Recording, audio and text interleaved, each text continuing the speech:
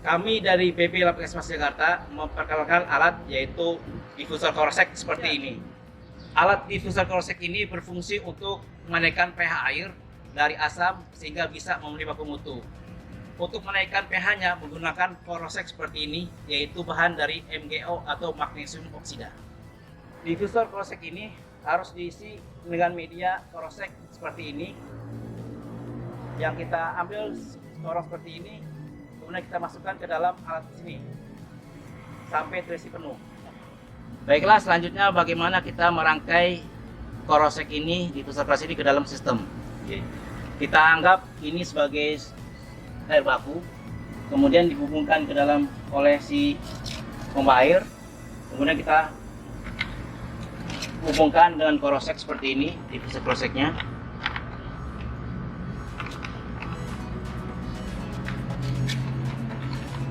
Kita kencangkan dengan water murnya, kita kencangkan dengan water mur.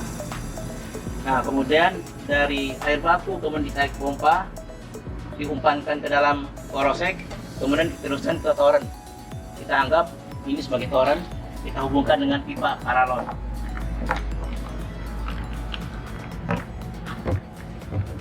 Kita kencangkan dengan menggunakan water mur.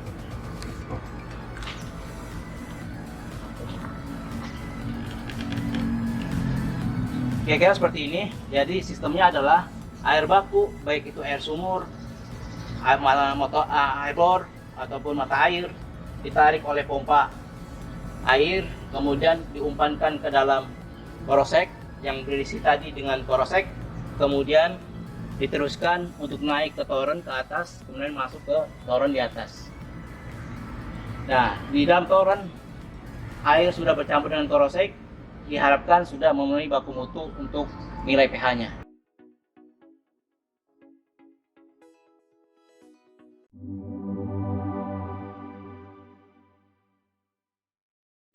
Baiklah, selanjutnya kami memperkenalkan alat namanya klorinator seperti ini, yang terdiri dari pipa 2 in, kemudian ada tin out juga 2 in seperti ini, kemudian ada dok 2 in juga seperti ini, dan di dalamnya ada diffusernya yang terdiri dari pipa 1 in dengan dok atas dan bawah sebesar 2 in. Oke, selanjutnya kita akan melihat bagaimana cara mengoperasikannya. Selanjutnya kita akan memasukkan yang ini, namanya adalah kaporit. Fungsinya adalah untuk membunuh kuman atau mendesinfektan air sehingga nanti air bersih ataupun air minum bisa memenuhi baku mutu sesuai dengan peraturan yang berlaku. Caranya seperti ini. Tadi ada diffuser yang 1 in, kita buka dop atasnya, kemudian kita masukkan beberapa pecahan dari kapur tadi seperti ini. Kita tutup kemudian. Oke. Selanjutnya diffuser yang 1 in ini yang sudah kita bolong-bolongi sebagai tempat keluarnya nanti kaporit, kita masukkan ke dalam wadahnya yang 2 in seperti ini. Kita masukkan seperti ini. Setelah masuk, nanti kita tambahkan pasir silika sampai penuh. Selanjutnya ini adalah pasir silika seperti ini, berupa butiran pasir yang kemudian kita isi ke dalam ini sampai terisi penuh. Selanjutnya setelah terisi penuh dengan pasir silika, pipa yang 2 ini kita tutup pin outnya seperti ini. Kemudian kita siapkan tali rafia seperti ini. Nah, kemudian bahan ini ataupun alat ini sudah siap untuk dimasukkan ke dalam air. Anggap ini sebagai toren yang akan kita masukkan alat ini. Kita masukkan saja dalam seperti ini. Anggap ini sebagai toren sampai dia terendam. Kemudian kita taruh atau kita ikat pada bagian dari koran tersebut. Nah, alat ini sudah siap digunakan untuk proses desinfeksi air bersih ataupun air minum, sehingga diharapkan nanti bakteri ataupun kuman akan mati, sehingga air tersebut memberi baku mutu, baik itu sebagai air bersih ataupun sebagai air yang siap untuk diminum. Terima kasih. Kami akan memperkenalkan alat hosting filter seperti ini yang terdiri dari pipa 4 in, kemudian ada fill up ukuran 4 in yang bisa dibuka tutup untuk tempat mengisi media seperti ini. Kemudian ada top gun ukuran setengah in sebanyak 4 buah, yaitu 1, 2, 3, dan 4, yang masing-masing top gun ini memiliki fungsi yang berbeda-beda. Baiklah, sistem yang akan digunakan di sini adalah kita menggunakan pipa setengah in untuk mentransmisikan dari air baku, kemudian melalui pompa, kemudian akan disalurkan ke hosting filter seperti ini. Nah, kemudian posisi stop run ini harus diatur sedemikian rupa. Untuk posisi filter, posisi yang ini harus ditutup, posisi ini harus dibuka, kemudian posisi yang ini harus dibuka, dan di bagian posisi yang belakang harus ditutup. Oke. Maka aliran air adalah dari pompa, kemudian disalurkan ke sini, kemudian akan dibelokkan ke sebelah kiri, kemudian diteruskan ke tengah, kemudian air akan mengalir dari atas ke bawah melalui filter. Kemudian sampai di bawah, air itu naik ke atas melalui pipa yang setengah ini naik ke atas, kemudian akan keluar melalui pintu keperluan ini. Kemudian apabila kita ingin backwash, maka posisinya adalah yang sebelah sini harus dibuka, yang sebelah kiri ini harus ditutup seperti ini, yang pipa outnya harus di posisi tertutup, dan pipa yang ada di belakang untuk backwash air buangan harus posisinya dibuka. Maka aliran airnya adalah sebagai berikut: dari air baku melalui pompa, dari pompa kemudian ditransmisikan ke sini, kemudian air akan larut ke sini, kemudian pipa masuk ke pipa ukuran setengah in, dia akan turun ke bawah, kemudian keluar ke media yang pipa 4 in, kemudian air tersebut akan naik ke atas dan akan membuang kotoran yang posisi atas melalui pipa yang ada di belakang sebelah sini.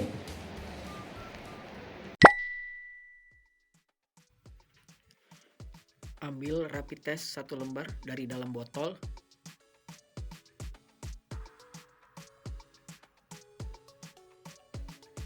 Kemudian tuangkan kontrol positif atau boraks standar. Jika berubah warna menjadi warna merah bata, dipastikan sampel positif mengandung boraks.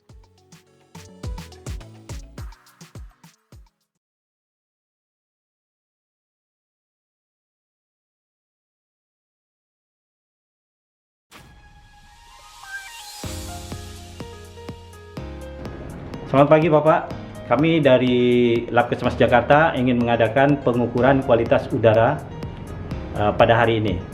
Mohon izin ya Pak. Nah, untuk titik pengambilan sampel dapat dilakukan di ruang keluarga, ruang tempat tidur, dan ruang dapur. Adapun parameter yang diukur yaitu PM10, PM2,5, laju ventilasi, dan suhu serta kelembaban.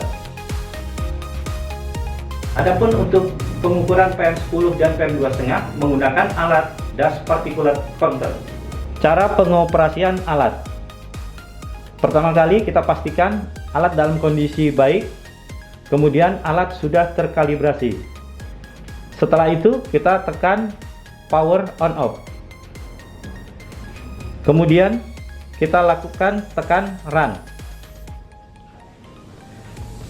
Kemudian alat akan mengambil data selama 120 detik.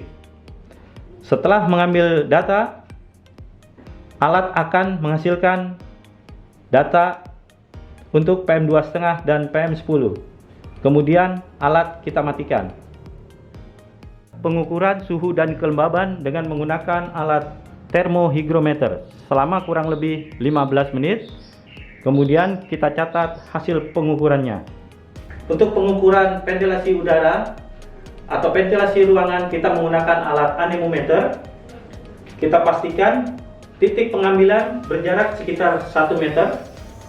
Kemudian kita siapkan alat, kita hidupkan, lalu kita panjangkan alat anemometer. Pastikan titik panah pada ujung probe ini menunjuk arah ventilasi.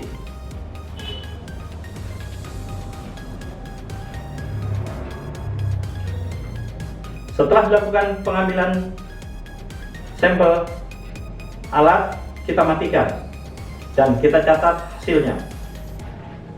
Demikianlah tata cara pengambilan kualitas udara ruang dengan menggunakan alat sanitarian kit tier 1. Terima kasih. Untuk pengukuran kualitas gas seperti NO, SO, dan O3 menggunakan alat gas analyzer RAC gas sampler. Cara penggunaan yaitu kita persiapkan reagen, kemudian kita masukkan reagen sesuai dengan parameter yang akan diambil seperti NO2. Kemudian juga dilanjutkan dengan SO2 dan juga O3. Pengukuran gas-gas di ruangan dilakukan selama kurang lebih 60 menit. Kemudian juga dilakukan pengukuran untuk tekanan dan juga suhu menggunakan alat barometer.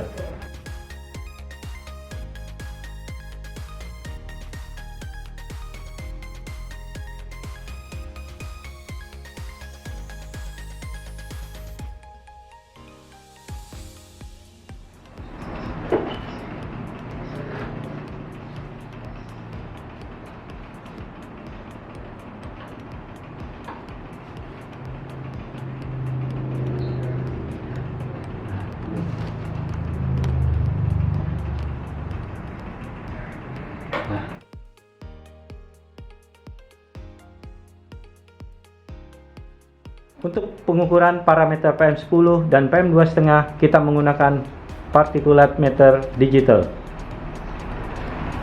Pertama kali alat dipastikan dalam kondisi sudah dikalibrasi. Kemudian kita nyalakan on off. Kemudian kita tekan start. Pengujian ini dilakukan selama kurang lebih 1 jam. Setelah pengujian didapat, alat kita matikan dan kita catat hasil daripada pengukuran. Pemeriksaan mikrobiologi udara ruang dengan menggunakan alat MAS 100 ND. Gunakan alat pelindung diri. Siapkan alat, usapkan alkohol swab pada seluruh permukaan alat.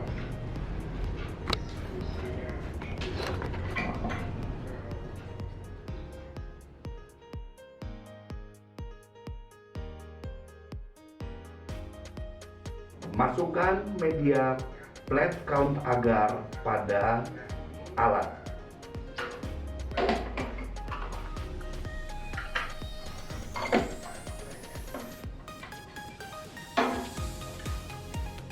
Hidupkan alat.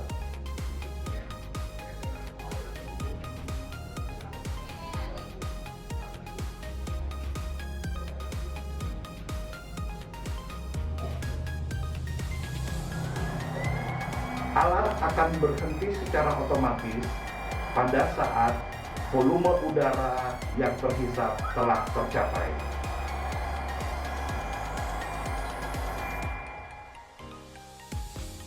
Setelah alat berhenti beroperasi, kemudian kita keluarkan petri dish.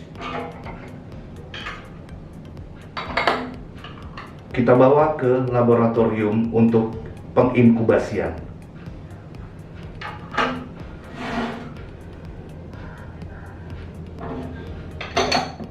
Demikianlah proses pengambilan sampel kualitas udara ruang untuk tier 2. Setelah kita melakukan proses proses pengambilan sampel kualitas udara ruang secara mikrobiologi, maka langkah selanjutnya adalah kita masukkan ke dalam inkubator, kita inkubasikan selama 48 jam pada suhu 35 derajat Celcius plus minus 2. Perlu diingat bahwa proses pemasukan Petri dish dilakukan secara terbalik.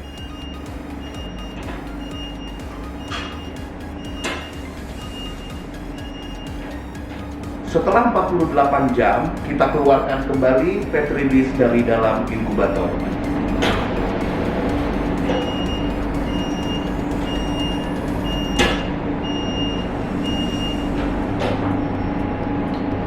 Kemudian kita lanjutkan dengan proses penghitungan dengan menggunakan koloni counter. Proses penghitungan jumlah koloni dilakukan dengan menggunakan koloni counter. Perlu diingat bahwa posisi dari Petri dish harus juga tetap terbalik.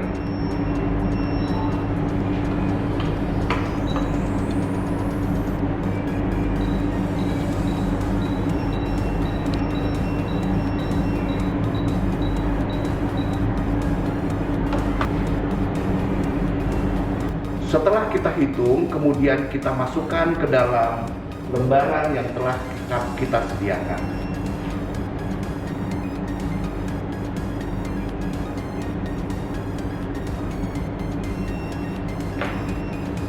Hasil pembacaan jumlah koloni kemudian kita masukkan ke dalam tabel konversi untuk mendapatkan nilai koloni forming unit yang sesungguhnya. Demikian proses pengambilan sampel sampai dengan perhitungan kualitas udara ruang secara mikrobiologi. Terima kasih.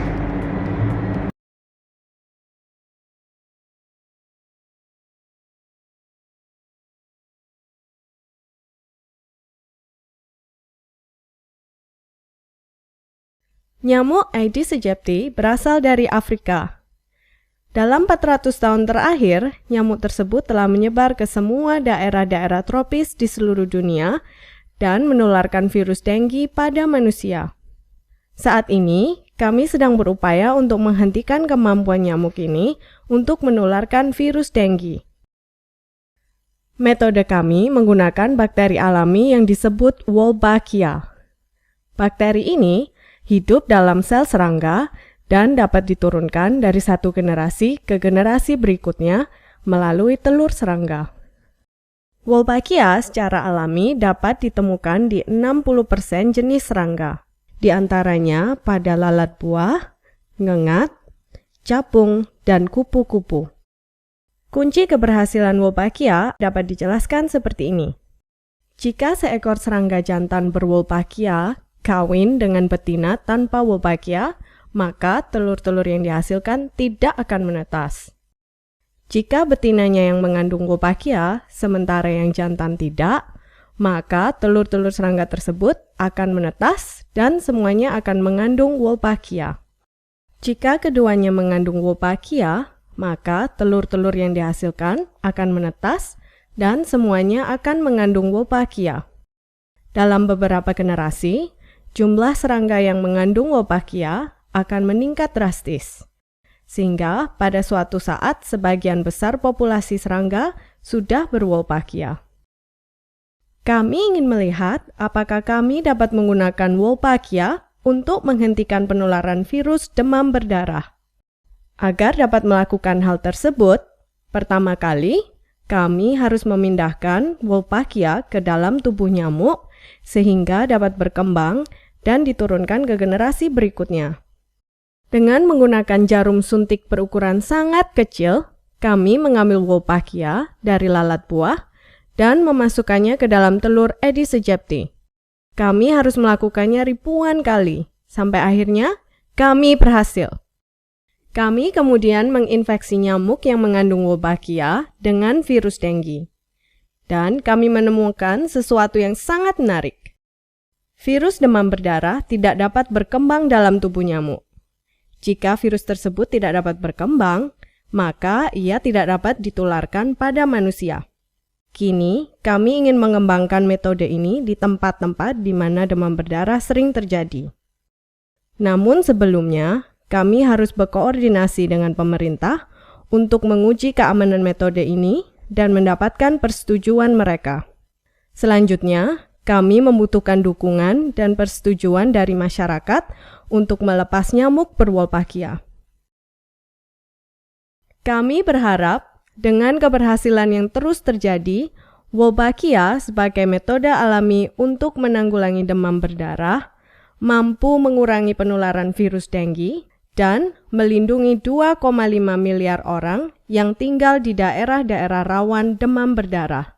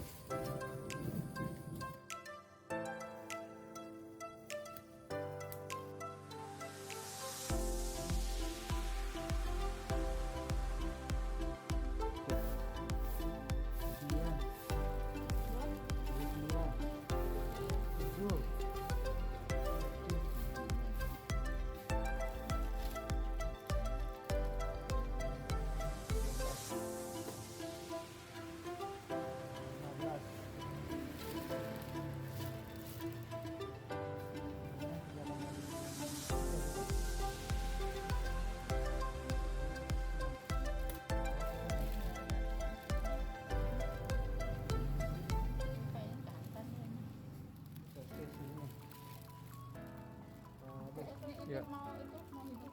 Ayo udah ukur dulu ya.